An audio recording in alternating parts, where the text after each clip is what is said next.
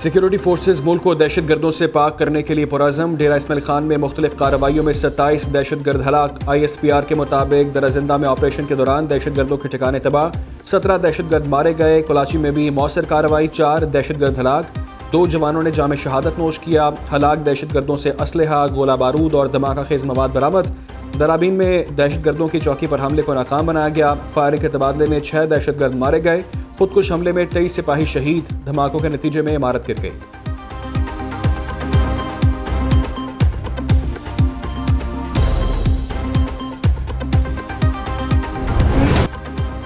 साबिक वज़ीर आज़म जुल्फ़िकार अली भुट्टो फांसी केस की 11 साल बाद समाअत। चीफ जस्टिस काजी फाइज ईसा की सरबराही में सुप्रीम कोर्ट के 9 रुकनी लार्जर बेंच ने समाअत की।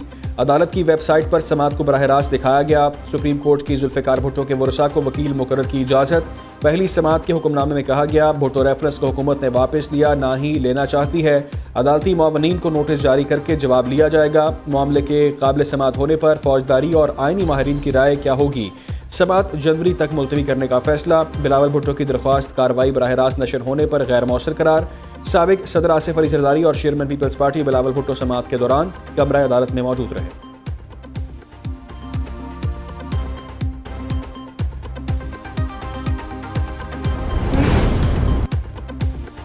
चेयरमैन पीपल्स पार्टी ने जुल्फ़िकार भुट्टो फांसी केस को अदलिया के लिए इम्तिहान करार दे दिया। सुप्रीम कोर्ट के बाहर मीडिया से गुफ्तगू में बिलावल भुट्टो ने कहा, आज भी कुछ कुव्वतें नहीं चाहती इंसाफ मिले। अदालत से अपील है तारीख को दुरुस्त किया जाए, फैसले से इस इदारे पर जो दाग है उसको ख़त्म किया जाए।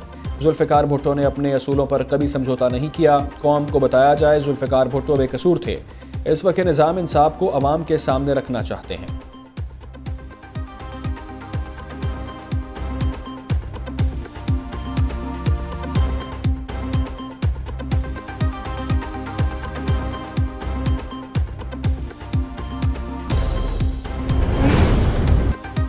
सदारती रेफरेंस अभी भी बरकरार है, वापस नहीं लिया गया। एक सीनियर मेंबर बेंच में शामिल नहीं होना चाहते थे। 2 दीगर जजेस ने ज़ाती वजूहात पर मुआज़रत की। उसके बाद 9 रुकनी बेंच तश्कील दिया गया।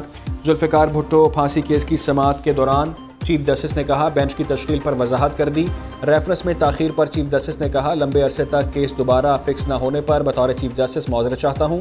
केस की समाअत जारी। सुप्रीम कोर्ट की वेबसाइट पर बराह रास्त नशर किया जा रहा है।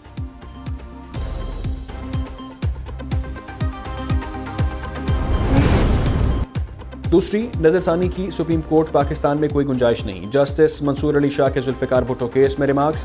बैरिस्टर एतजाज़ एहसन की केस में अदालती मुआवनत से मुआज़रत।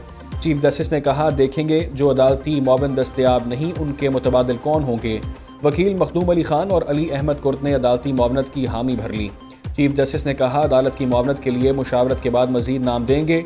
फारूक नाइक ने ट्रिब्यूनल के फैसले के रिकॉर्ड का मामला उठाया, जिस पर चीफ जस्टिस ने रिमार्क्स दिए, आप चाहते हैं कि यह रेफरेंस कभी ना सुना जाए तो एतराज़ उठाते रहें।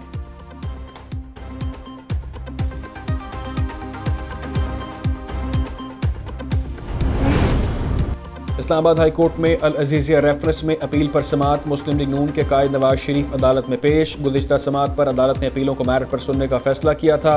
पेशी से कबल नवाज शरीफ से वकला की मिनिस्टर इनक्लेव में मुलाकात। साबिक वज़ीर आज़म को केस से मुतालिक ब्रीफिंग दी गई। उधर कायद नून लीग से नासिर जंजुआ और नासिर भट्ट मिले। रावलपिंडी में टिकटों की तकसीम के हवाले से बातचीत। मुल्क की मजमूई सियासी सूरत हाल पर तबादला ख्याल किया गया।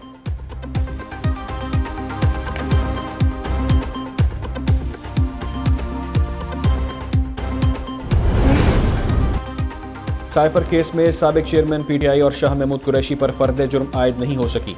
वकला सफाई की 6 मुतफर्रिक दरख्वास्तें निपटा दी गईं। खसूसी अदालत के जज अबुल हसनात ने डयाला जेल में समाअत की। शाह महमूद कुरैशी की बेटी मेहरबानो कुरैशी और बेटा जैन कुरैशी अदालत में मौजूद रहे। साबिक चेयरमैन PTI की बहनें भी अदालत पहुंची। समाअत कल सुबह तक मुलतवी।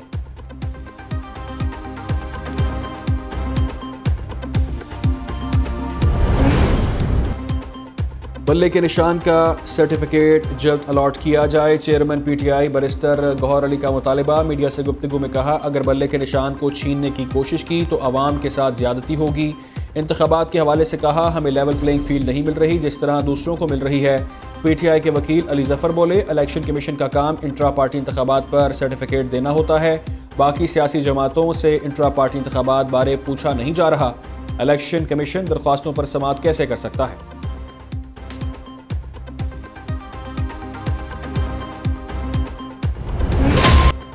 अकबर एस बाबर का पीटीआई वकला के खिलाफ पाकिस्तान बार काउंसिल से रुजू का फैसला। कहते हैं पीटीआई वकला खुल्लम खुल्ला झूठ बोल रहे हैं, वो पीटीआई के मेंबर नहीं, सबूत के साथ पाकिस्तान बार काउंसिल से भी रुजू करेंगे।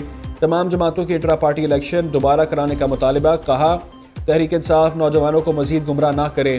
उधर पीटीआई इंट्रा पार्टी इलेक्शन के खिलाफ दायर दरख्वास्तों पर समाअत 14 दिसंबर तक मुलतवी। इलेक्शन कमीशन ने दरख्वास्तों पर समाअत की। आइंदा समाअत पर तमाम दरख्वास्त गुजारों को जवाब जमा कराने की भी हिदायत।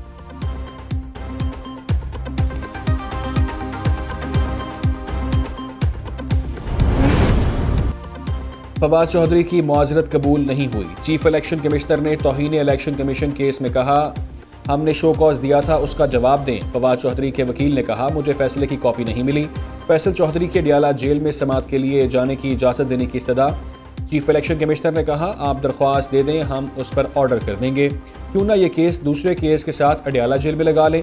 फवाद चौधरी के वकील ने कहा, ये 5 रुकनी वो 4 रुकनी बेंच है। चीफ इलेक्शन कमिश्नर ने कहा, हम बेंच तश्कील दे देंगे।